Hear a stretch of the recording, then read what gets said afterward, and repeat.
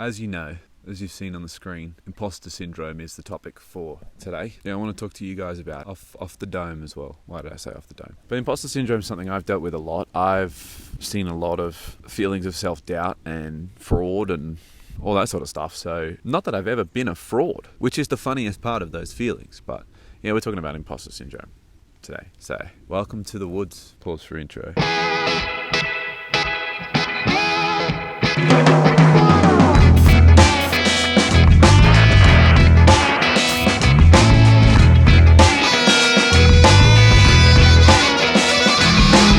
Blowing out a little bit last time. I was passionate. Look, I mean, what best place to start is, why are you feeling imposter syndrome? Where is it stemming from? Is it a sense of perfectionism, which also stems from a sense of comparison?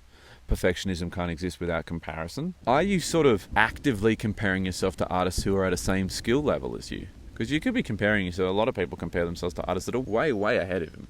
So that could be where your perfectionism is stemming from. Perfectionism is just something we learn. It's a learnt behavior. It's not fun. It could also be, a fear of failure. You could fear failure and you could be looking for validation. That could be why you're feeling like you're a fraud. Look, what's the reason you're doing your art? Really, that's in the first place. Why do you do your art? Are you doing your art for yourself or to help others? That's why I do my art. I say we move on to the next part. It's getting wetter and wetter. In my own personal experience, we've all probably a lot of artists go through this. When I started feeling like a fraud, when I started borrowing references, not directly copying, but even just borrowing references, I felt like a fraud. And then I realized that all pros use references. There's been times when I did fan art, I felt like a fraud because it wasn't my own created characters. That's neither here nor there. It's not something to worry about either if you do fan art. As long as you're doing your own work from your own hand, it doesn't even have to be in your own style. You can produce works that are in a style that is unique. Just don't copy and paste.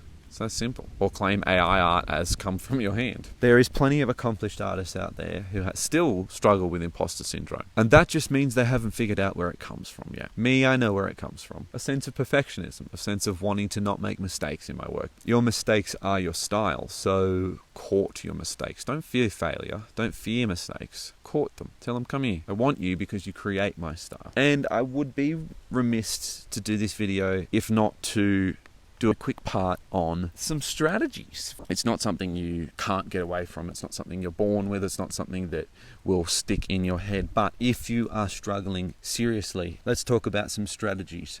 And we'll get into strategy number 1 in the interest of making this a 5-minute Friday. If you really are struggling, seek support. Seek your local psychological services, things like BetterHelp, so on and so forth. In saying that, there is plenty of things you can do before you seek support if you don't feel it is that bad.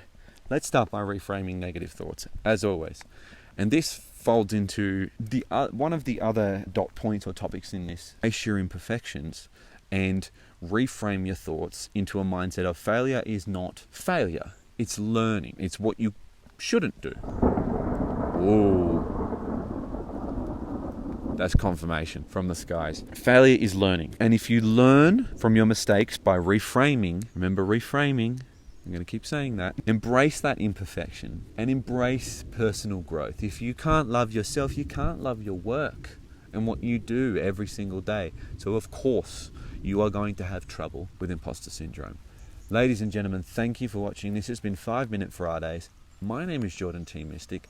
Tell me in the comments how you have been working on your imposter syndrome, or what blocks your imposter syndrome from moving forward, from breaking through. Maybe you'll even have a breakthrough. Seek support in this community, ladies and gentlemen. If you're struggling with imposter syndrome, get down in the comments section and talk to people.